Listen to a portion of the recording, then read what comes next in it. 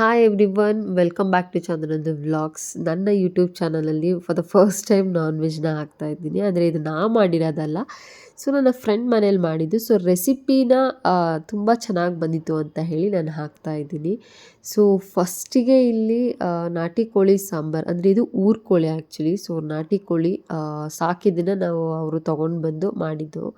So ತುಂಬ ಅಂದರೆ ತುಂಬ ಚೆನ್ನಾಗಿ ಬಂದಿತ್ತು ಟೇಸ್ಟು. ಸೊ ಹಾಗಾಗಿ ನಾನು ನಿಮ್ಮ ಜೊತೆ ರೆಸಿಪಿನ ಕೇಳಿ ಅವ್ರ ಹತ್ರ ನಾನು ಶೇರ್ ಮಾಡ್ತಾ ಇದ್ದೀನಿ. ಸೊ ನಾಟಿ ಕೋಳಿ ಸಾಂಬಾರು ಯಾರ್ಯಾರು ಟ್ರೈ ಮಾಡಬೇಕು ಅಂತ ಇದ್ದೀರಾ, ಸೊ ಅವರೆಲ್ಲ ಹೋಗಿ ಟ್ರೈ ಮಾಡಿ. ತುಂಬ ಅಂದರೆ ತುಂಬ ಚೆನ್ನಾಗಿ ಟೇಸ್ಟ್ ಬಂದಿತ್ತು. ಸೊ ಇಡ್ಲಿ ಜೊತೆ ಆಗಲಿ, ಮುದ್ದೆ ಜೊತೆ ಆಗಲಿ, ಸೊ ನಾಟಿ ಕೋಳಿ ಸಾಂಬಾರು ತುಂಬ ಒಳ್ಳೆಯದು, ಮಕ್ಳಿಗೂ ಕೂಡ ಒಳ್ಳೆಯದು, ಬಾಣಂತಿಯರಿಗೂ ಕೂಡ ತುಂಬ ಒಳ್ಳೆಯದು. ಸೊ ಹಾಗಾಗಿ ನಾನು ಈ ರೆಸಿಪಿನ ನಿಮ್ಮ ಹತ್ರ ಶೇರ್ ಮಾಡೋಣ ಅಂತ ಮಾಡ್ಕೊಳ್ತಾ ಇದ್ದೀನಿ. ಸೊ ಫಸ್ಟಿಗೆ ಏನೆಲ್ಲ ಇಂಗ್ರೀಡಿಯೆಂಟ್ಸ್ ಬೇಕು ನೋಡೋಣ. ಫಸ್ಟು ಇಲ್ಲಿ 2 ಮೀಡಿಯಮ್ ಸೈಜ್ ಈರುಳ್ಳಿನ ಕಟ್ ಮಾಡ್ಕೊಂಡಿದ್ದಾರೆ. ಹಾಗೆ ಒಂದು 10 ಒಣಮೆಣ್ಸಿನ್ಕಾಯಿ, ಹಾಗೆ ಒಂದು 4 ಹಸಿರು ಮೆಣಸಿನ್ಕಾಯಿ, 1 ಟೊಮೆಟೊ, ಒಂದು 2 ಗೆಡ್ಡೆಯಷ್ಟು ಬೆಳ್ಳುಳ್ಳಿ, ಹಾಗೆ 1 ಇಂಚು ಶುಂಠಿನ ತೊಗೊಂಡಿದ್ದಾರೆ. ಹಾಗೆ ಇನ್ನು ಮಸಾಲೆ ಐಟಮ್ಸಲ್ಲಿ 2 ಸ್ಪೂನ್ ಗಸಗಸೆ, ಹಾಗೆ ಒಂದು 2 ಸ್ಪೂನು ಹುರಿಗಡಲೆ, 1 ಟೇಬಲ್ ಸ್ಪೂನ್ ಮೆಣಸು, ಹಾಗೆ 1 ಟೇಬಲ್ ಸ್ಪೂನ್ ಸೋಂಪು, 1 ಇಂಚು ಅಥವಾ 2 ಇಂಚಷ್ಟು ಚಕ್ಕೆ, ಒಂದು ಚಿಕ್ಕ ಬೌಲಲ್ಲಿ ನಾವು ಇಲ್ಲಿ ಸಾಂಬಾರು ಪುಡಿನ ತೊಗೊಂಡಿದ್ದಾರೆ ಅವರು.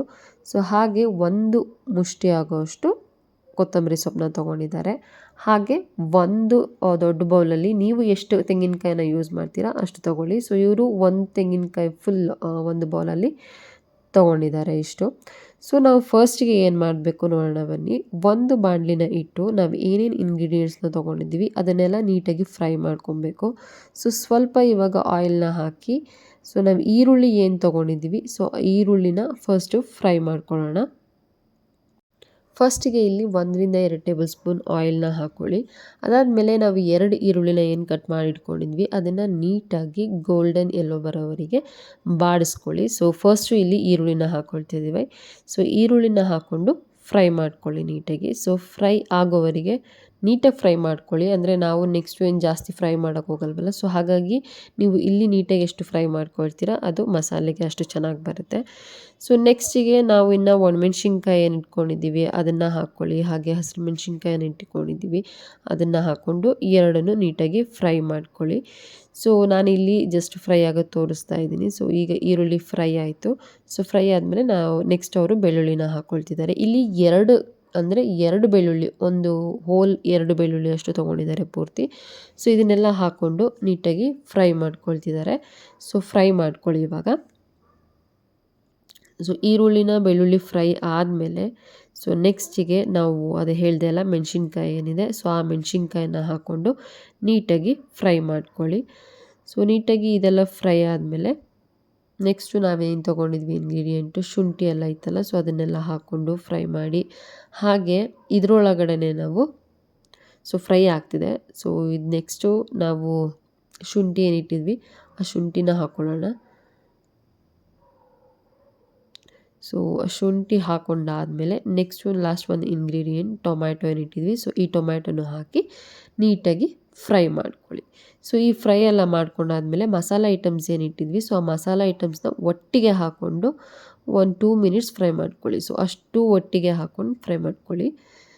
ಸೊ ನೀಟಾಗಿ ಫ್ರೈ ಆದಮೇಲೆ ಸೊ ಫ್ರೈ ಮಾಡ್ಕೊಳ್ತಾ ಇದ್ದೀವಿ. ಸೊ ಇದು ಫ್ರೈ ಆದಮೇಲೆ ಬೇಕಿದ್ರೆ ಹೀಗೇ ನಾವು ಇದು ತಣ್ಣಗಾದ್ಮೇಲೆ ಬೇಕಿದ್ರೆ ಮಿಕ್ಸಿ ಜಾರ್ಗೆ ಹಾಕ್ಕೊಂಡು ರುಬ್ಕೋಬೋದು. ಆರೆಲ್ಸ್ ಸ್ವಲ್ಪ ನೀರು ಸೇರಿಸ್ತೀನಿ ಬೇಗ ತಣ್ಣಗಾಗಲಿ ಅಂತ ಇದ್ದರೆ ಸ್ವಲ್ಪ ನೀರನ್ನ ಸೇರಿಸ್ಕೊಳ್ಳಿ. ಸೊ ನಾವು ಇಲ್ಲಿ ಏನು ಚಿಕ್ಕ ಬೌಲಲ್ಲಿ ಸಾಂಬಾರು ಪುಡಿ ತೊಗೊಂಡಿದ್ವಿ ಆ ಸಾಂಬಾರು ಪುಡಿ ಹಾಕ್ಕೊಳ್ತಾ ಇದ್ದೀವಿ. ಸೊ ನೆಕ್ಸ್ಟು ಬೇಕಿದ್ರೆ ನೀವು ಇನ್ನೂ ಖಾರ ಬೇಕು ಅಂತ ಹೇಳಿದರೆ ಸ್ವಲ್ಪ ಖಾರದ ಪುಡಿ ಬೇಕಿದ್ರೆ ಹಾಕ್ಕೊಬೋದು. ಇಲ್ಲಿ ಸ್ವಲ್ಪ ನೀರನ್ನ ಬೇಗ ತಣ್ಣಗಾಗಲಿ ಅಂತ ಆ್ಯಡ್ ಮಾಡ್ಕೊಂಡಿದ್ದು. ಸೊ ನೆಕ್ಸ್ಟು ಚಿಕನ್ ಏನು ತೊಗೊಂಡು ಬಂದಿದ್ದೀವಿ, ಇಲ್ಲಿ ನಾವು ಒಂದು 5 ರಿಂದ 6 ಟೇಬಲ್ ಸ್ಪೂನ್ ಆಯಿಲ್ನ ಹಾಕಿದ್ದಾರೆ ಅವರು.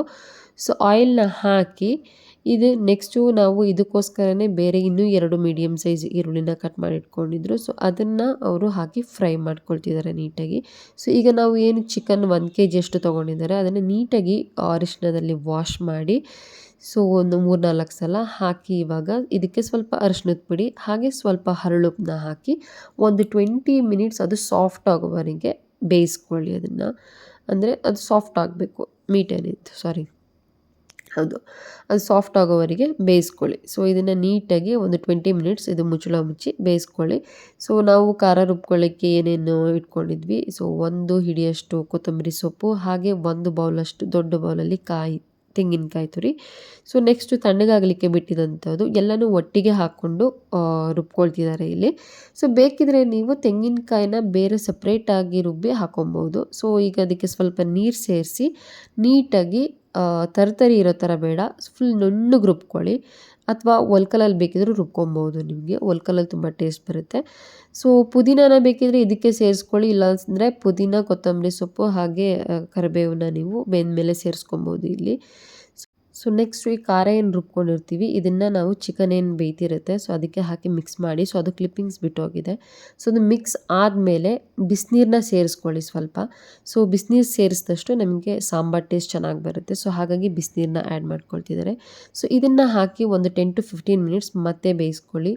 ಸಖತ್ತಾಗಿರೋಂತಹ ಒಂದು ನಾಟಿ ಕೋಳಿ ಸಾಂಬಾರು ರೆಡಿ ಆಗುತ್ತೆ. ಸೊ ಇಷ್ಟೇ ನಾಟಿ ಕೋಳಿ ಸಾಂಬಾರು ಮಾಡೋದು. ಹಾಗೆ ಈ ವಿಡಿಯೋ ನಿಮಗೆ ಇಷ್ಟ ಆಯಿತು ಅಂದ್ಕೊಳ್ತೀನಿ. ಇಷ್ಟ ಆಗಿದ್ದಲ್ಲಿ ನಮ್ಮ ಚಾನಲ್ಗೆ ಸಬ್ಸ್ಕ್ರೈಬ್ ಆಗಿ, ಲೈಕ್ ಕೊಡಿ, ಶೇರ್ ಮಾಡಿ, ಹಾಗೆ ಕಮೆಂಟ್ ಮಾಡಿ. Thank you. ಇನ್ನು ನೆಕ್ಸ್ಟ್ ವಿಡಿಯೋದಲ್ಲಿ ಸಿಗೋಣ.